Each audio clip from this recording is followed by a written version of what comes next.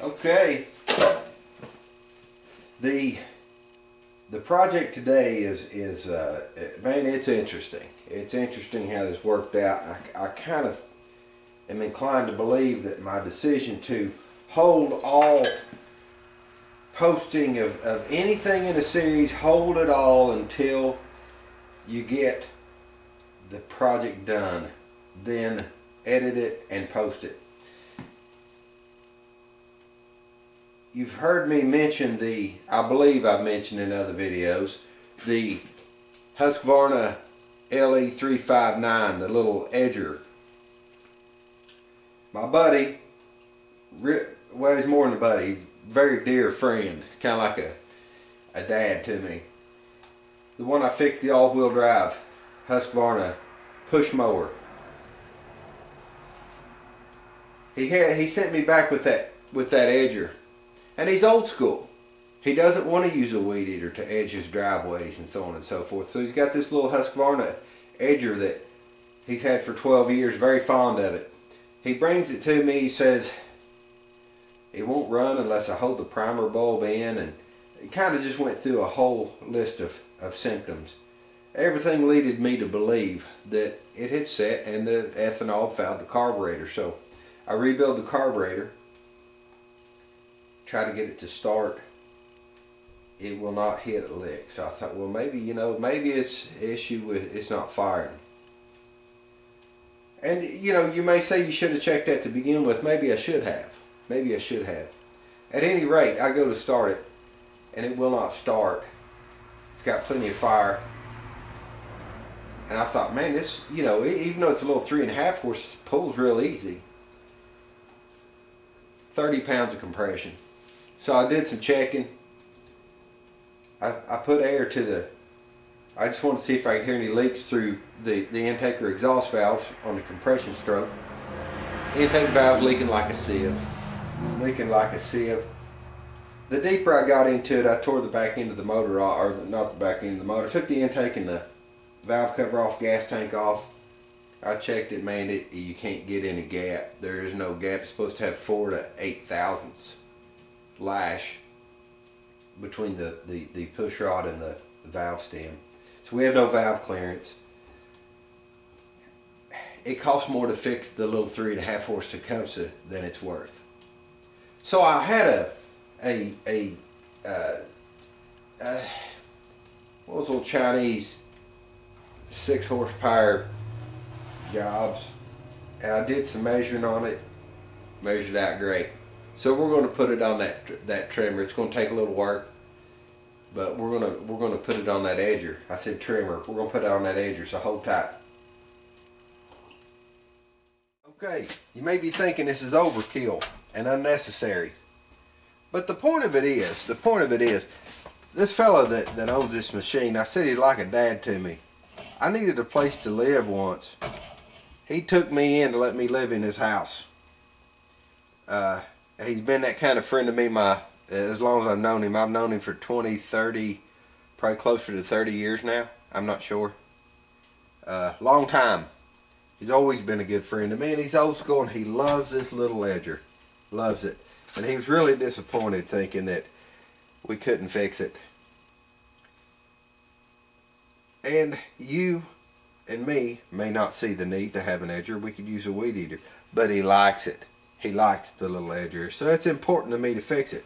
Here's where we're at with it. I measured everything out, and it is so close to just sitting right on there and fitting. I've got a little bit of work to do where you pull the engine, crank pull. I need to trim a little off the chassis there, and a little bit where the air filter fits. But everything else is so close. I mean, it is, as far as the shaft height up and back from the bolt holes to get the belt to work, it is so close. It's worth it. It's worth it to me just to... This engine had never been started. Years ago, my dad had me go pick this up for him, and he's since passed on. You guys know that. He just took it. I went and picked it up for him at one of those tent sales where they sell it's like Harbor Freight type thing. They have a big sale. Had had me pick it up for $129. He threw it under the workbench and it never had been started. I got it out yesterday, threw oil in it, gas in it, fired right up. Okay guys, I'm measuring the center line on these bolt holes where it bolts onto our frame. We've got what, about 3 1/8 center to center. Let's check out this engine. Yes sir. It looks like that'll mount right on there. We have a couple of clearance issues. Not bad. I have a little on this. I don't know if you can see this or not. I hope I'm in the camera shot. This housing here. It's going to come up this way. I'm going to take a little bit off of this. I want to get all off of this that I can before I do anything to the chassis. Now this I will have to trim on the chassis some. I'm going to come this way and just try to follow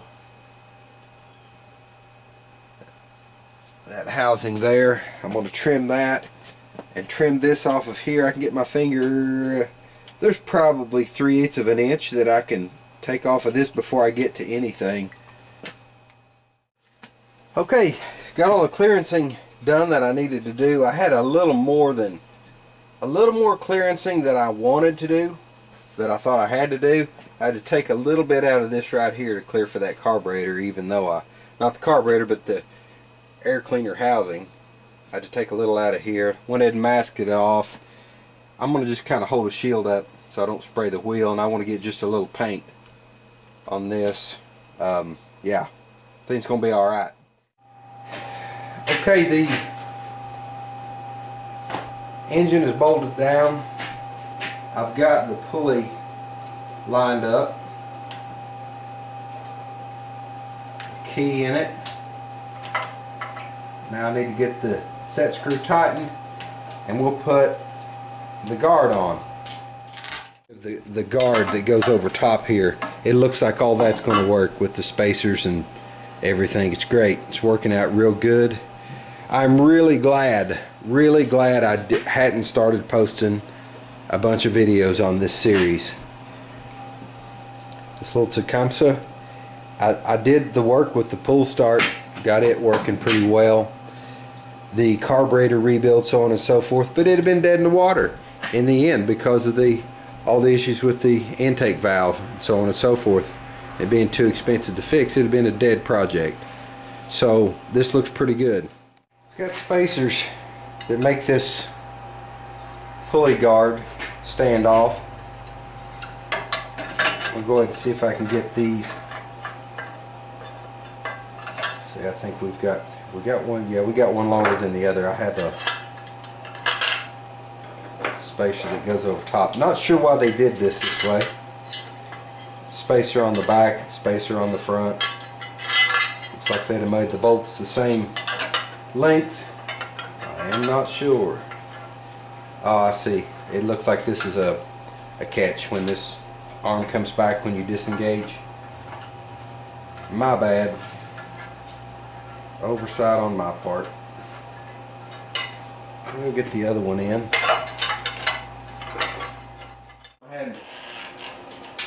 Okay, it's on. Choke, gas is on.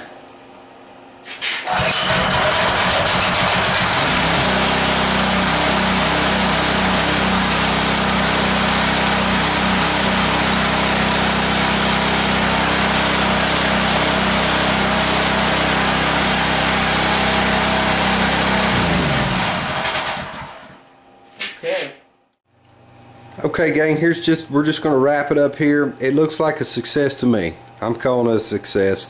I had to, you see this little housing here, I had to trim it up a little bit. Had to touch up the paint. The paint isn't a color match. I wanted to keep the rust off of it. At any rate, I had to take off a little material here and a little bit right here and a little under here. Like I say, it's not a color match, but it's to keep the rust off. I'm calling it a success. My buddy's going to have his Edger. That's what he wants. More power to him. I'm just glad to be able to return the favor. He's done a lot for me in my life. I think that's, you know, like I've said before, that's what it's all about. Help somebody. Later.